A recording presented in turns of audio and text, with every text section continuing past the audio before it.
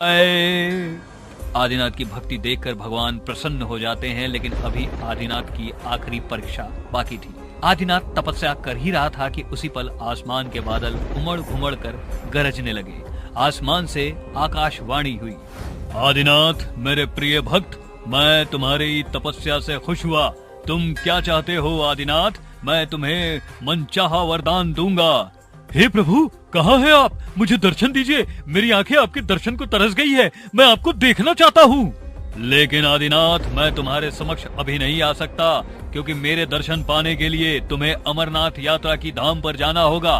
मैं तुम्हें अपनी झलक वही दिखा सकता हूँ। प्रभु, आपके दर्शन के लिए मैं कुछ भी कर सकता हूँ। मैं अमरनाथ तो क्या, कैलाश पर्वत तक भी पहुँच जाऊंगा। लेकिन सुनो पुत्र, तुम्हें मनुष्य का रूप लेकर जाना होगा। मनुष्य के रूप में तुम्हारी शक्तियाँ काम नहीं करेंगी और तुम एक साधारण इंसान की तरह मेरे शरण में आओगे।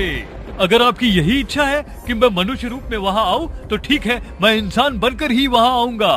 पुत्र, रास्ते बहुत कठिन हैं। अमरनाथ यात्रा पर बहुत से लोग जाते हैं, लेकिन मेरे दर्शन सिर्फ उन्हीं को होते हैं जो दिल के नेक इंसान हो, जो दूसरों का भला चाहता हो। हे भोलेनाथ, आप मुझे डरा रहे हैं, लेकिन मैं इन चीजों से नहीं डरता। मैं आपके दर्शन करने के लिए हर एक अड़चन को पार करके अमरनाथ धाम जरूर आऊंगा।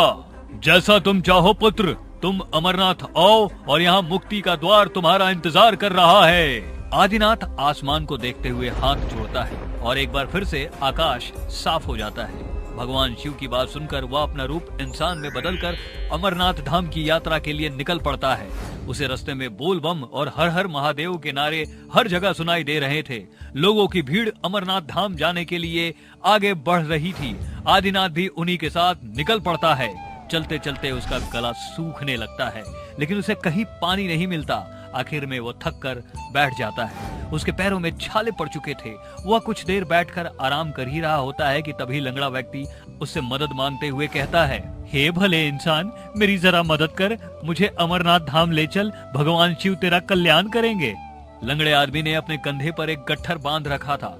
लंगड़े व्यक्ति की हालत देखकर आदिनाथ उसकी मदद के लिए सोचता है। वह गट्ठर को अपने सर पर रखकर और उस आदमी की मदद करते हुए अमरनाथ की ओर निकल पड़ता है। उसे प्यास जोरों से लगी हुई थी, लेकिन फिर भी वह उस व्यक्ति का गट्ठर उठाकर चल पड़ता है और उस आदमी को भी अपने साथ ले जाता है। अमरनाथ पहुंचने पर आदिनाथ और वो इंसान दोनों मंदिर में शिवलिंग की पूजा करके कुछ देर वहीं ठहरते हैं और शाम होने पर वापस लौटने का विचार करते हैं। वो दोनों आपस में बातचीत करते हुए कहते हैं, मेरी जिंदगी का आज सबसे बड़ा सपना पूरा हो गया। आज महादेव के दर्शन पाकर मैं धन्य हो गया। बात तो आपने बिल्कुल पते की है। कितना सुकून है यहाँ ठंडी वादियाँ और भगवान शिव का मनमोहक रूप देखकर कोई भी मंत्र मुग्ध हो जाए। हर हर भोले, हर हर महादेव। आदिनाथ उस लंगड़े व्यक्ति को लेकर वापस वहां से चल पड़ता है और उसे ट्रेन में बिठाकर विदा कर देता है और खुद पाताल लोक जाकर अपने असली रूप में आ जाता है।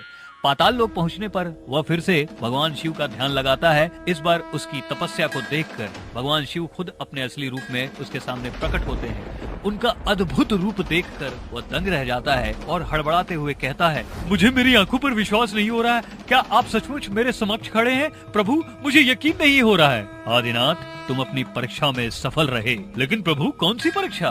क्या तुम्हें वो लंगड़ा व्यक्ति याद है? वह लंगड़ा व्यक्ति कोई और नहीं, मैं ही था। मैं तुम्हारी परीक्षा ले रहा था।